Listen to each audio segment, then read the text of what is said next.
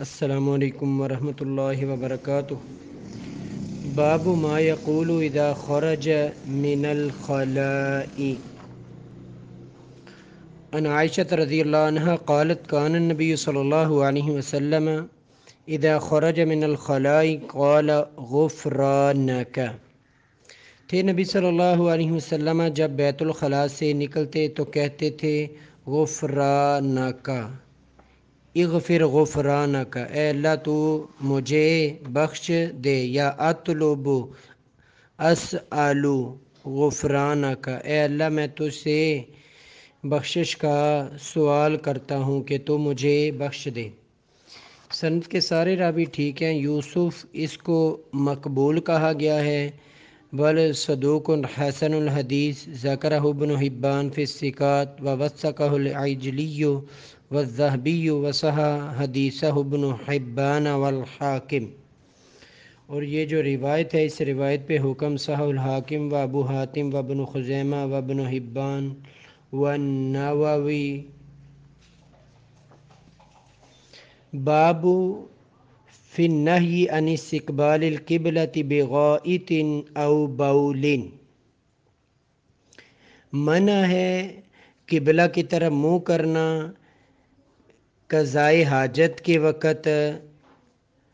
اذا اتیتم الغائط، جب تم قضائے حاجت کے لیے آؤ، بیت الخلاء میں جاؤ، فلا تستقبلوا القبلۃ، پس نہ تم منہ کرو قبلہ کی طرف، بغائط ولا بول، قضائے حاجت کرتے وقت، ولا تستدبروها، اور نہ ہی اس کی طرف تم پیٹھ کرو، ولکن شرقوا او غربوا، اور لیکن مشرق یا مغرب کی طرف منہ کر لو۔ تو چونکہ اس علاقے میں مشرق مغرب کی سمت ہمارے علاقے کی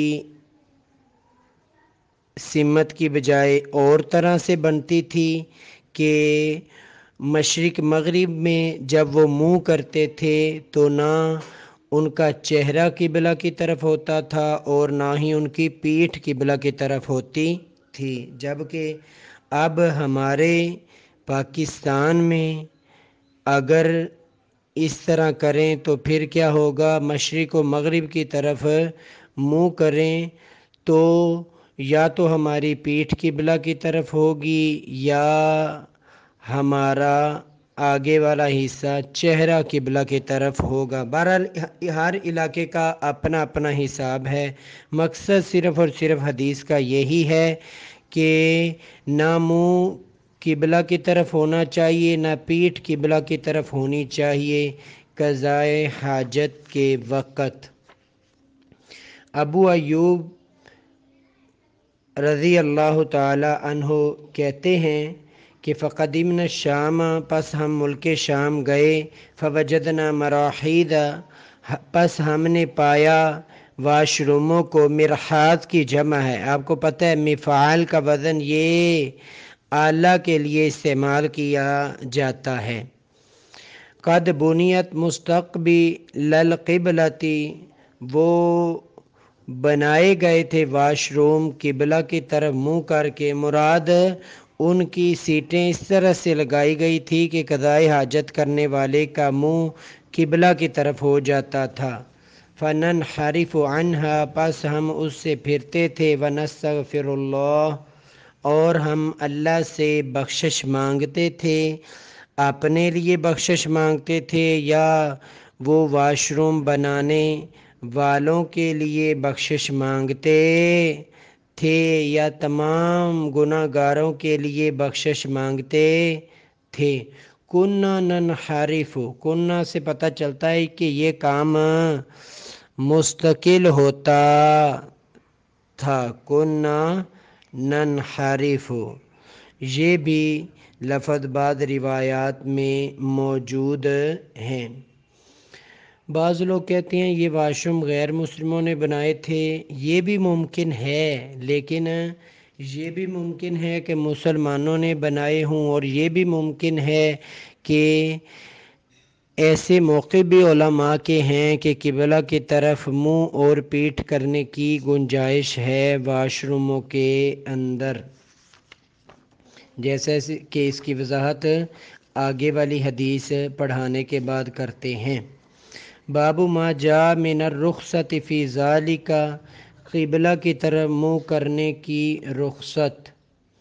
نہى النبی صلی اللہ علیہ وسلم ان نستقبل القبلۃ ببول، نبی صلی اللہ علیہ وسلم منع کیا یہ کہ ہم قبلہ کی طرف قضائے حاجت کے وقت منہ کریں۔ فرأیتہ قبل ان یقبض بعام، آپ کے فوت ہونے سے 1 سال قبل میں نے آپ کو دیکھا، یستقبلھا، آپ قبلہ کی طرف منہ کر کے قضائے حاجت کر رہے تھے۔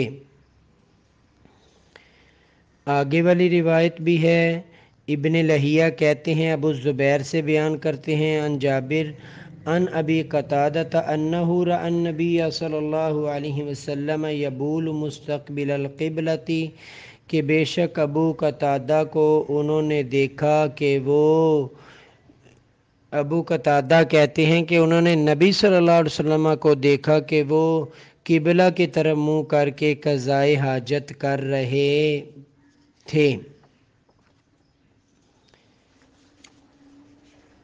پچھلی سند جو ہے ما جاء من الرخصت فی ذالک، اس میں محمد بن اسحاق راوی ہیں۔ محمد بن اسحاق کے بارے میں راجح قول یہ ہے کہ یہ ثقہ راوی ہیں۔ امام مالک وغیرہ سے انہیں دجال من الدجاجلہ کہنا منقول تو ہے، لیکن وہ معاصرت کی وجہ سے معتبر نہیں ہے، کیونکہ المعاصرۃ سبب المنافرۃ۔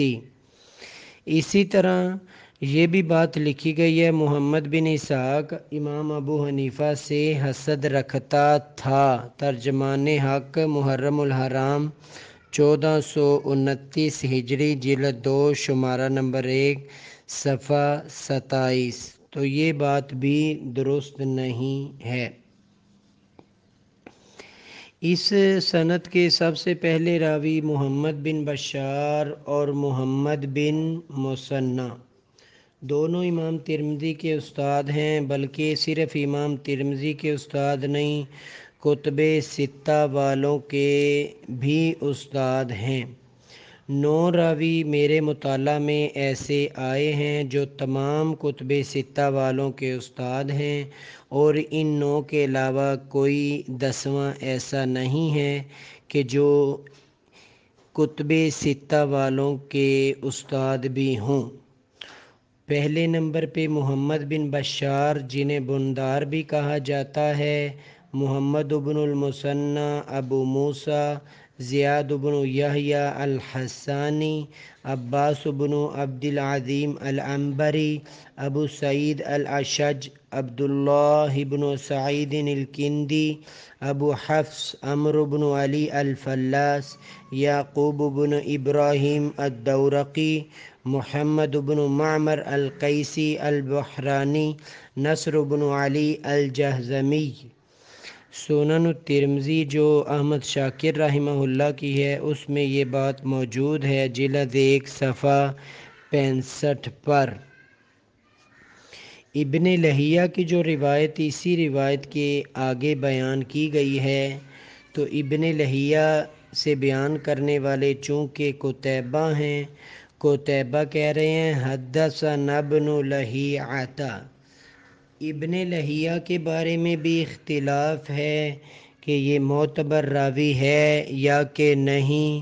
کچھ لوگوں نے اسے معتبر جانا، کچھ لوگوں نے اسے غیر معتبر جانا، جبکہ اس کے بارے میں راجح اور فیصلہ کن بات یہ ہے کہ اس کی روایت حسن ہوتی ہے جب کہ اس نے سند میں تدلیس نہ کی ہو، کیونکہ اس کا مدلس ہونا بھی ثابت ہے۔ تسریب السماع مل جائے تو اس کی روایت حسن ہوتی ہے، لیکن شرط یہ ہے کہ اس سے بیان کرنے والے وہ راوی ہوں جن کا نام میں ابھی بتلانے لگا ہوں۔ اس کی وجہ یہ ہے کہ ان کا حافظہ کمزور ہو گیا تھا، اختلاط کے شکار ہو گئے تھے، معوف العقل ہو گئے تھے۔ وجہ یہ بنی کہ ان کا مکتبہ جل گیا تھا۔ کچھ لوگوں نے یہ بھی دعویٰ کیا ہے کہ لم یحترق لہو کتاب قط، کہ کبھی ان کی کوئی کتاب جلی ہی نہیں، جبکہ راجح بات یہی ہے کہ ان کے مکتبے کو آگ لگ گئی تھی اور مکتبہ جل گیا تھا، جس کی وجہ سے پریشان یہ کافی ہوئے۔ اسی پریشانی اور غم کی شدت کی وجہ سے ان کا حافظہ متاثر ہو گیا۔ تو جن راویوں کے نام بتائے جانے لگے ہیں وہ راوی ہیں جو اس کے اختلاط سے پہلے اس سے روایت کرتے ہیں۔ تو اس لیے اختلاط سے پہلے جو راوی روایت کرتے ہیں وہ تمام روایات معتبر جانی جائیں گی۔ تو ان راویوں کے نام آپ کو بتلا دیے جاتے ہیں۔ نمبر 1 عبداللہ بن مبارک، نمبر 2 عبداللہ بن وہب، نمبر 3 عبداللہ بن یزید المقری، نمبر 4 عبداللہ بن مسلمہ القانبی، نمبر 5 یحییٰ بن اسحاق، نمبر 6 ولید بن مزید، نمبر 7 عبد الرحمن بن مہدی، نمبر 8 اسحاق بن عیسیٰ، نمبر 9 سفیان الثوری، نمبر 10 شعبہ، نمبر 11 اوزاعی، نمبر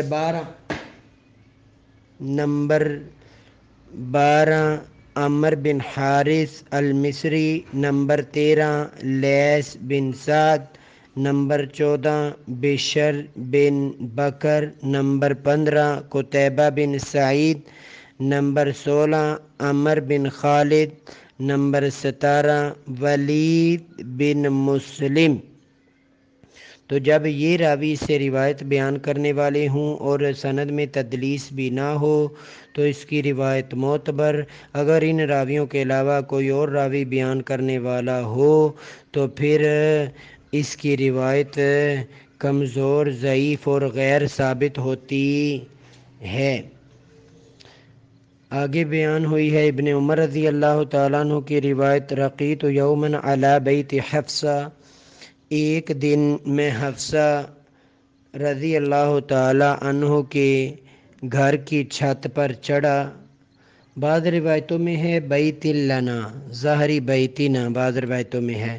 تو چونکہ بہن کا گھر گویا کہ اپنا گھر ہی ہوتا ہے، ویسے بھی یہ حقیقی بھائی تھے حفصہ رضی اللہ تعالیٰ عنہ کے۔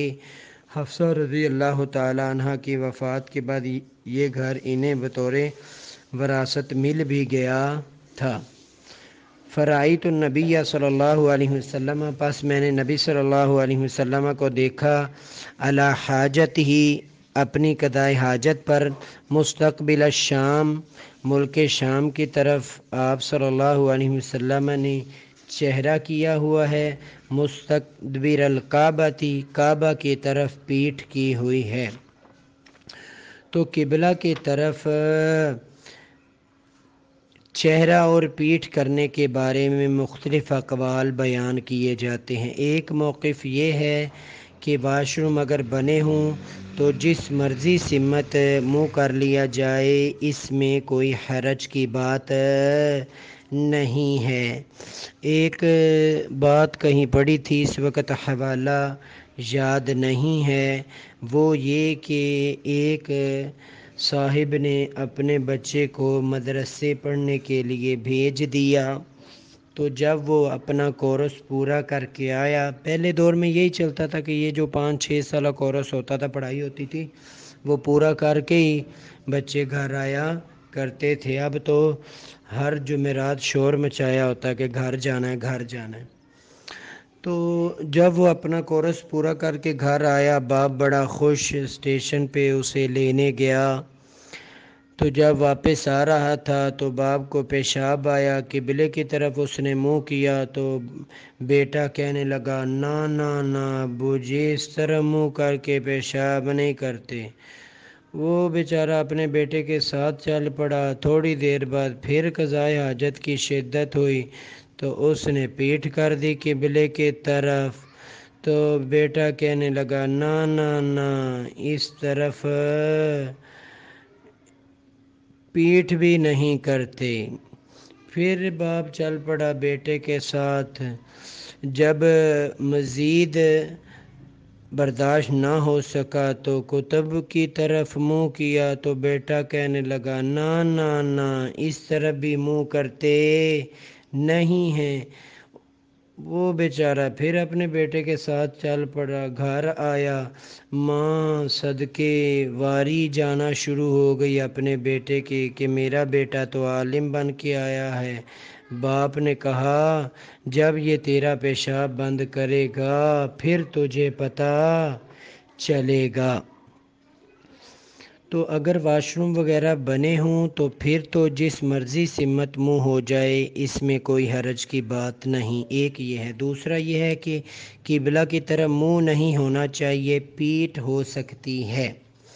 تیسرا یہ ہے نہ قبلہ کی طرف منہ ہونا چاہیے نہ قبلہ کی طرف پیٹھ ہونی چاہیے۔